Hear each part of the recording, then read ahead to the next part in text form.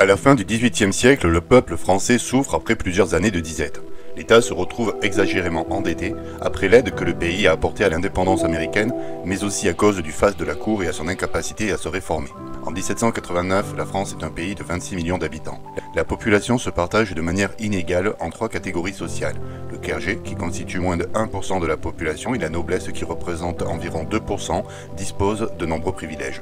Tout le reste, c'est-à-dire le tiers-état, a peu de droits et doit surtout supporter l'essentiel de la charge fiscale. La révolte gronde dans le royaume. Le peuple est invité à s'exprimer sur des cahiers de doléances et les états généraux, avec des représentants de toute la société, sont convoqués à Versailles pour formuler auprès du roi leurs avis et leurs conseils. Cette vieille institution n'avait pas été consultée depuis plus d'un siècle. Dans un contexte de tension, le roi accepte d'augmenter le nombre de représentants du tiers-état. Mais cela ne va pas empêcher un blocage dès l'ouverture de la première séance à cause d'un problème de représentativité. Le tiers-état souhaite passer d'un vote par ordre, avec une voix pour la noblesse, une pour le clergé et une pour le tiers-état, à un vote par tête, qui pourrait lui donner une courte majorité dans l'espoir de se faire entendre. La séance est ouverte le 5 mai 1789, mais les discussions s'enlisent et s'enveniment même. Le 17 juin, le tiers-état, accompagné par quelques personnes du bas clergé et de la jeune noblesse, se proclame Assemblée nationale.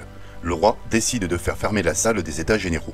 Le 20 juin 1789, ils se réunissent au jeu de paume et prêtent serment. Ils ne se sépareront pas tant qu'ils n'auront pas donné au pays une nouvelle constitution. C'est une véritable remise en cause du pouvoir du roi. Le 9 juillet, Louis XVI cède et demande la formation d'une assemblée nationale constituante. La révolution politique a abouti, le pouvoir absolu vient de voler en éclats. Mais maintenant, c'est la révolution populaire qui gronde. La rumeur s'empare de la capitale. Le roi aurait fait positionner des troupes autour de Paris et serait prêt à chasser de force la nouvelle assemblée. Le peuple parisien s'empare de fusils et de canons aux invalides, puis se rend à la Bastille censée contenir de la poudre. Faute de munitions, c'est un symbole du pouvoir absolu qui va être détruit. Dans les campagnes, à partir de mi-juillet, les paysans s'arment, craignent l'arrivée de brigands venus faire des pillages. C'est encore une rumeur. Puis la fronde se retourne contre les châteaux et les seigneurs, s'acharne à brûler les titres seigneuriaux. C'est la panique dans les rangs des députés de la noblesse qui finissent par presque tout accepter, en espérant encore sauver les meubles. Dans la nuit du 4 août 1789, l'Assemblée constituante vote l'abolition des privilèges.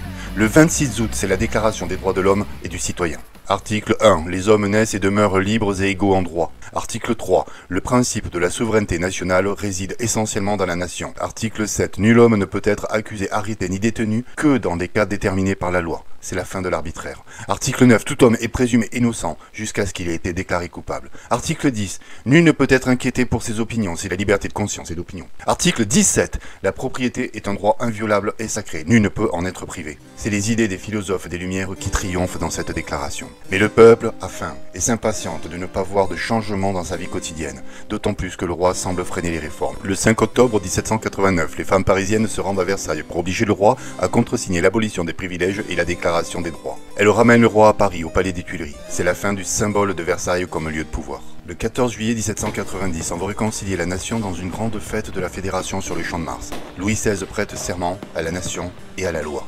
En 1791, le pays se dote de nouvelles institutions. Le roi partage désormais le pouvoir avec une assemblée nationale élue. C'est la nation, c'est-à-dire l'ensemble des citoyens, qui est souveraine, et non plus le roi. Le pays se transforme petit à petit et se dote d'une nouvelle administration qui s'organisera sur un découpage territorial avec des départements, des districts et les cantons. Le 12 juillet 1790, c'est la constitution civile du clergé. L'Église se voit imposer une stricte tutelle de l'État et une partie de ses biens sont confisqués. Et les prêtres devront prêter serment à la Constitution.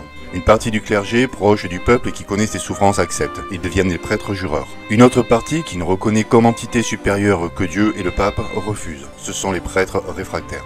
Le nouveau régime n'est pas accepté par tout le monde. Une bonne partie de la noblesse n'est pas satisfaite, notamment celle qui est en exil depuis 1789. Mais il y a aussi les prêtres réfractaires et leurs fidèles. Dans la nuit du 20 au 21 juin 1791, le roi tente de fuir, sans doute pour rejoindre des troupes étrangères pour l'aider à rétablir son pouvoir absolu. Il est arrêté à Varennes, puis ramené aux Tuileries à Paris dans un silence qui montre que désormais, un sentiment anti-monarchique s'est installé. Le peuple se méfie du roi. Le 25 juillet 1792, on attribue au duc de Brunswick, commandant en chef des armées autrichiennes et prussiennes, des menaces contre la France révolutionnaire. Il tient à cœur de mes deux souverains de rétablir un pouvoir légal, de rendre au roi Louis XVI la sûreté et la liberté dont il est privé. Si le château des Tuileries est attaqué, s'il est fait la moindre violence, le moindre outrage à leur majesté le roi, la reine et la famille royale. Alors, leur majesté impériale en tireront une vengeance exemplaire et à jamais mémorable en livrant la ville de Paris à une exécution militaire. Le 10 août 1792, la foule se précipite au palais des Tuileries. Des coups de feu sont tirés contre les émeutiers par les gardes suisses qui protègent le roi, tandis que la garde nationale a un rôle plus équivoque. Le roi est soustrait in extremis et conduit à la prison du Temple. L'Assemblée dépose le roi, c'est la fin pour l'heure de la monarchie en France. L'Autriche et la Prusse n'apprécient pas le traitement qu'on réserve à la famille royale et la guerre éclate contre la France. Le 20 septembre 1792, des jeunes officiers encore peu expérimentés tentent une manœuvre désespérée qui permet de remporter la victoire décisive de Valmy. C'est à cette occasion que les Marseillais qui vont rejoindre Paris entendent et reprennent un chant de l'armée de l'Est.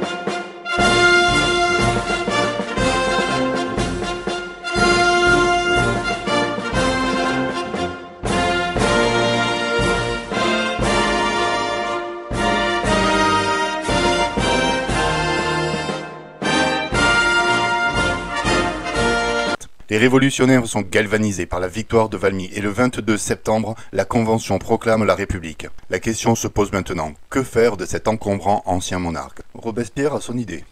Il n'y a point de procès à faire. Louis n'est point un accusé. Louis fut roi et la République est fondée. Louis a été détrôné par ses crimes. Il dénonçait le peuple français comme rebelle. C'est lui le rebelle. Il n'y a point à le juger car ses actes l'ont déjà jugé. C'est un roi dont le seul nom attire le fléau de la guerre sur la nation agitée. Ni la prison, ni l'exil ne peut rendre son existence indifférente au bonheur public. Louis doit mourir. Il doit mourir pour que la patrie vive. Après quelques tergiversations, c'est la Convention qui va juger le roi le 10 décembre 1792 s'ouvre le procès. 33 chefs d'inculpation seront retenus. Il sera notamment accusé d'obstruction à la Révolution, de haute trahison à la nation, mais aussi de crimes de sang. Le 15 janvier 1793, la Convention rend son verdict. À l'accusation, les capets sont-ils coupables de conspiration contre la liberté publique et d'attentat contre la sûreté générale de l'État? 642 députés sur 718 répondent oui. Le jugement sera-t-il soumis à l'appel du peuple? Non, pour 423 représentants. Quelle peine sera infligée à Louis? La mort sans condition sera votée avec une seule voix de majorité. Y aura-t-il sursis et exécution? Non. C'est peut-être la dernière fois que je m'adresse à vous. Je déclare que j'ai la conscience tranquille. Et ce qui blesse mon cœur, par-dessus tout, c'est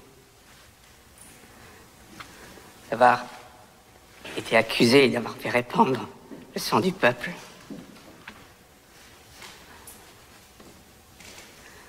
J'ai tant aimé le peuple français. Le 21 janvier 1793, le roi Louis XVI est décapité. Le territoire va se déchirer et se retrouver à feu et à sang. Des régions très catholiques et plus fidèles au roi comme la Vendée vont se soulever. C'est une véritable guerre civile qui va opposer les Français. Aux frontières, les coalitions des monarchies européennes s'en prennent à la France, l'Autriche, la Prusse, les Hollandais, les Piémontais et les Espagnols.